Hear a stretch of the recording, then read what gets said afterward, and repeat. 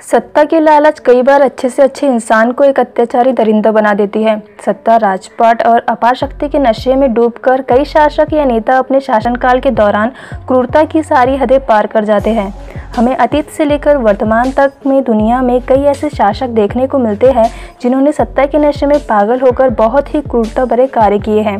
हालांकि हर समय और हर युग में कई क्रूर शासक हो चुके हैं जो कि दुनिया में आए और अत्याचार करके चले भी गए, लेकिन कुछ क्रूर शासकों की क्रूरता ने मानव इतिहास पर बहुत ही गहरा छाप छोड़ा है, जिसे भुलाना नामुमकिन है।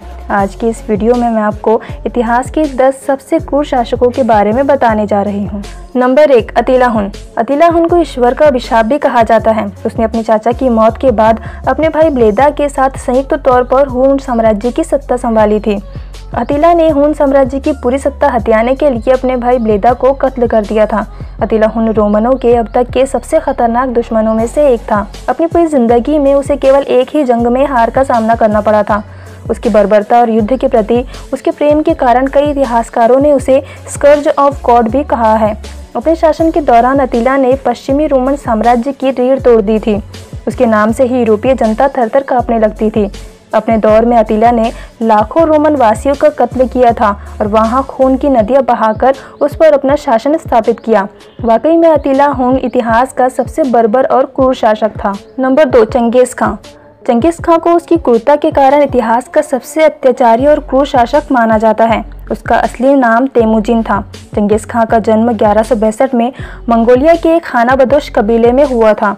कबीले के सरदार का पुत्र होने के कारण उसने बचपन से ही युद्ध की बारीकियां सीखनी शुरू कर दी थी। चंगेज का बचपन से ही बहुत गुस्सैल स्वभाव था। कहा जाता है कि एक बार उसके एक छोटे भाई ने उसकी एक मछली चोरी करके खा ली थी, तो चंगेज ने गुस्से में आकर उसका कत्ल कर दिया था। एक अनुमान के अनुसार उसने अपने समय की 11% आबादी का सफाया कर दिया था, जो तकरीबन 4 करोड़ थी। उसकी बर्बरता का अंदाज़ा इसी बात से लगाया जा सकता है कि उसने 1219 में ईरान पर हमला कर वहां की 75% आबादी को कत्ल कर दिया था। चंगेज ने उज़्बेकिस्तान के बड़े शहर बुखारा और राजधानी समरकंद को जलाकर राख कर दिया था। बुखारा की 10 लाख आबादी में से सिर्फ 50,000 लोग ही जिंदा बचे थे। चंगेज ने चीन की दीवार को भेद कर उसकी राजधानी बीजिंग में कत्लेआम मचा दिया था। इन सब बातों से अंदाज़ा लगाया जा सकता है कि चंगेज खां कितना क्रूर और निर्दयी था। नंबर 3, तैमूर लंग। तैमूर लंग 14वीं शताब्दी का एक क्रूर शासक था जिसने पश्चिम एशिया से लेकर मध्य एशिया में अपनी तैमूरी राजवंश की स्थापना की थी। तैमूर चंगेज खां का वंशज होने का दावा करता था और दूसरा चंगेज खां बनना चाहता था। वह लंगड़ा था, इसलिए उसे तैमूर लंग कहा जाता था। 1369 में अपने पिता की मृत्यु के बाद वह समरकंद का शासक बना और यहीं से उसने अपनी क्रूरता की यात्रा शुरू की थी। जहाँ जहाँ वो पहुँचा वहाँ उसने तबाही और बर्बादी का काला साया फैला दिया था। इंसान के कटे हुए सिरों के बड़े बड़े ढेर लगवाने में उसे बड़ा मज़ा आता था।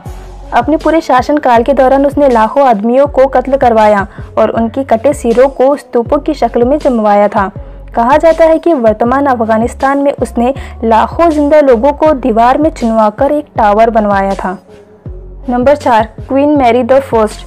Queen Mary the first king Henry the 8 और अरागॉन के कैथरीन की इकलौती संतान थी। क्वीन मैरी 1553 में सैन्य शक्ति के बल पर इंग्लैंड की रानी बनी थी। इंग्लैंड पर शासन करने वाली वह पहली रानी थी।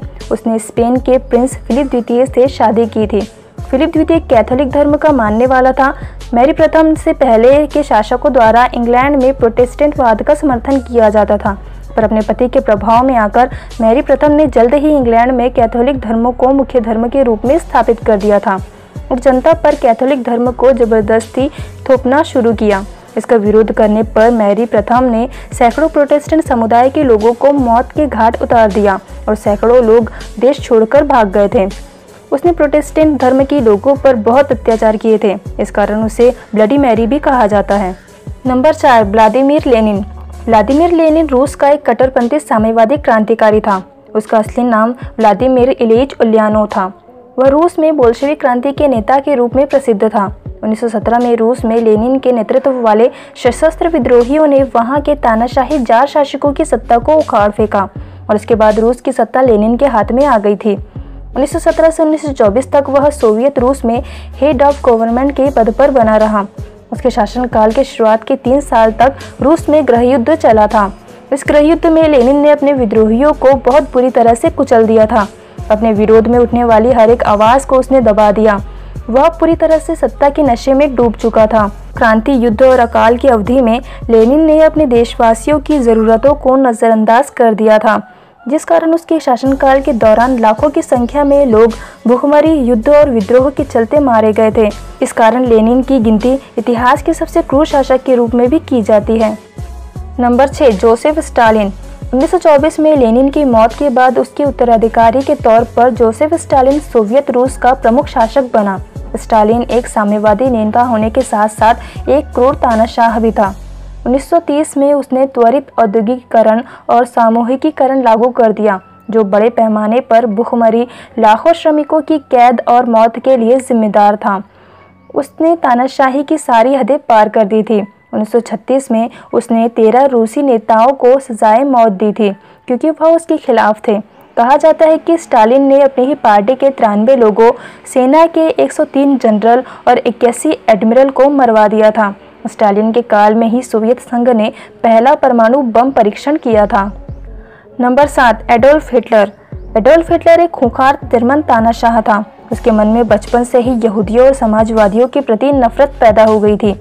प्रथम विश्व युद्ध के दौरान हिटलर सेना में शामिल हुआ और जर्मनी की तरफ से लड़ा, लेकिन युद्ध में जर्मनी की हार के बाद उसने सेना छोड़ दी और वह जर्मन वर्कर पार्टी में शामिल हो गया, जो बाद में नाजी पार्टी बन गई थी।